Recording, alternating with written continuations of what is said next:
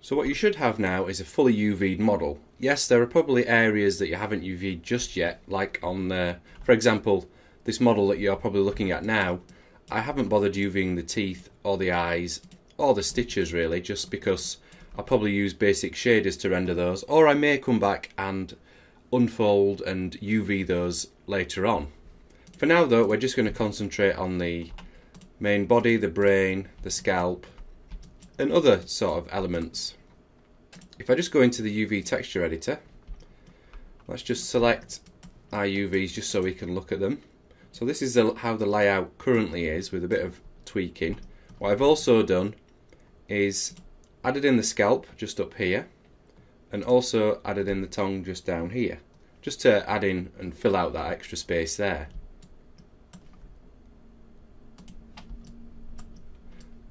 If we just go back to the UV texture editor, actually, I also unwrapped the brain, and that was just using exactly the same process, but that was quite simple because the Unfold 3D tools did a really nice job and laid it out exactly like this. So there wasn't any seams that needed to be defined, because if I just go to View Selected, you'll see there's nothing underneath and it just unfolded it all.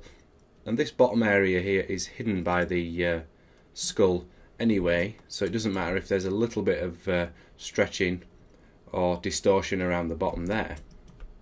But you get the general idea. We've got our UVs all laid out on our page, and now we're starting to think, right, let's get this painted. So from here we could export this model, take it into something like 3D Coat, paint directly onto the model. You can also paint a normal map that way as well, and then you've got your model textured. But what we're going to do instead is we're going to take it a little bit further, and we're going to actually export this, take it into ZBrush, and then we're going to paint in our texture detail, and this will also give you the opportunity to also sculpt in some surface detail like muscles, more wrinkles and creases around his face, and just more detail that way. So before we export to ZBrush, what I usually like to do is just add a single smooth operation. If you remember, if I just open this up, if we press 1, select everything and press 1, these are our low polygon proxy meshes. If we go into our UV texture editor again, now if we look at our UVs here, particularly around the ears, the edges are quite angular.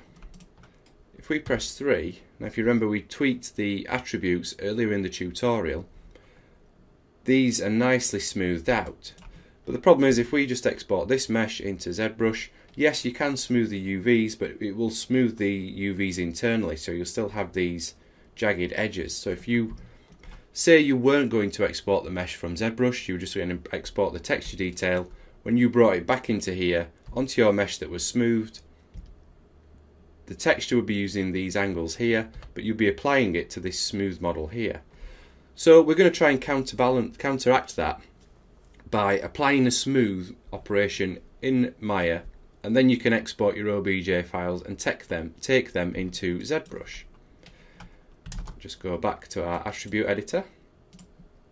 Now again, previously, let's just bring that back. Just shuffle all this around. Previously we played around with our smooth mesh options.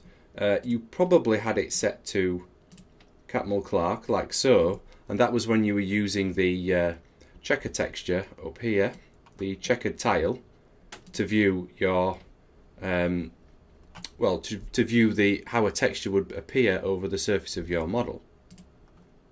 But now we've at a stage where we've done our UVs, we can switch that back to use the global method, which will automatically be open subdiv. And again, before we changed the options in here. If you remember, it would have been something like that.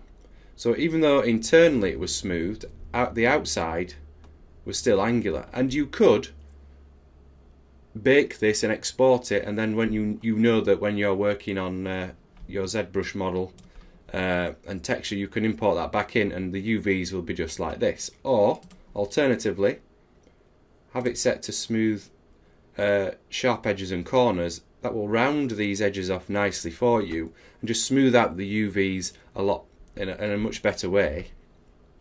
So we have to remember those settings there which we applied to that model, and now we're going to bake in one subdivision. And to do this, we're just going to go to Mesh. Where's the smooth? There we go, and open up those options. And again, in here we can add one division level. We can use open subdiv, which is the same as our attributes in here, but we just need to make sure these are the same as well. So smooth, sharp edges and corners, and we're just going to click smooth, and that will apply one subdivision. And you can see there we've still got our nice smooth outline. If I press 1, so smooth mesh isn't enabled. Yep, it's not as smooth if we just jump between the two.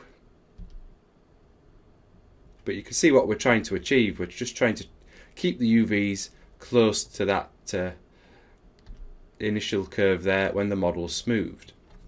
So basically, once we export this to ZBrush, we can sculpt on it, we can paint on it, and then we've got a choice of bringing the model back from ZBrush, which will use the UVs that and the model that we've edited, or if you just want the texture and you're not expecting to export the model back from ZBrush, then this is an option for you, so that when you come back into this and you apply smooth mesh, the UVs should match.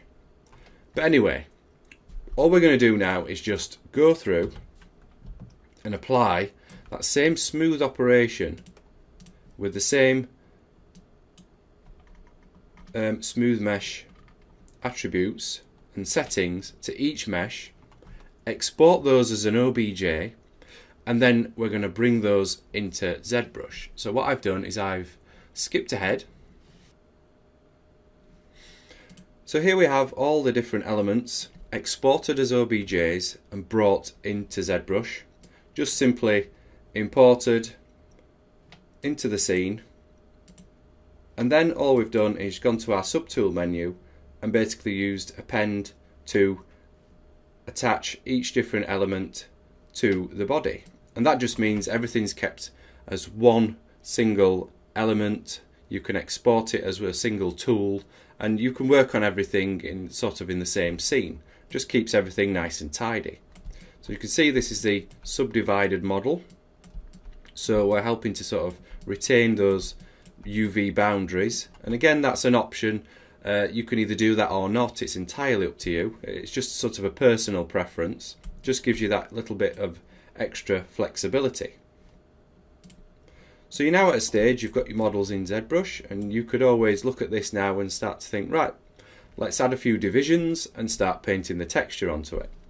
But before we do that, what I'd suggest doing is, if you're in ZBrush anyway, why not use the tools and just add some surface detail, painting a few muscles, some wrinkles and creases around the face.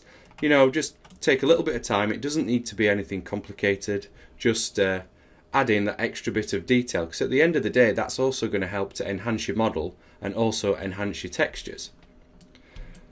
Before you do start painting though, whether it's sculpting or painting the textures, it's a good idea to start to apply some poly groups. If I turn on the polyframe at the moment, you can see there's none defined, but because we took the time to UV the character, we can also use that to our advantage here and create poly groups from the UV. Let's find it. Polygroup menu here. All we need to do is click Auto Groups with UV. As you can see, that has changed and applied all these different groups. And the beauty of this is now, is if we just want to work on the arm, but your system's running a bit slow, we can just press, what is it? There we go. Control Shift, click on the arm, and that isolates that there. I mean, obviously these are still visible because they're the other subtool, so you could always go in the subtool menu and change the visibility in here. Then we click away from it just to bring everything back. So if we're just working on the head, Control Shift, click on the head, sculpting our detail on the head, Control Shift again, click away to bring everything back. So that's just a very quick and easy way. We've gone to all the trouble of defining those UVs, so we may as well put them to work in ZBrush as well. So I'm just going to switch to a model that I've already worked on. Here we go. There we go. So here's one. Now, I am skipping ahead a bit here because this tutorial is more about painting than it is about sculpting. But as you can see, just some very basic detail added in just to make him a bit more interesting, just adding a bit more detail into his face and also the brain and the scalp. So then at this stage, when you've applied a basic sculpture pass, you're now ready to start texturing. And what we'll do is we'll end this video here and we'll pick it up in the next video where we start applying our base colours and looking at texturing in general.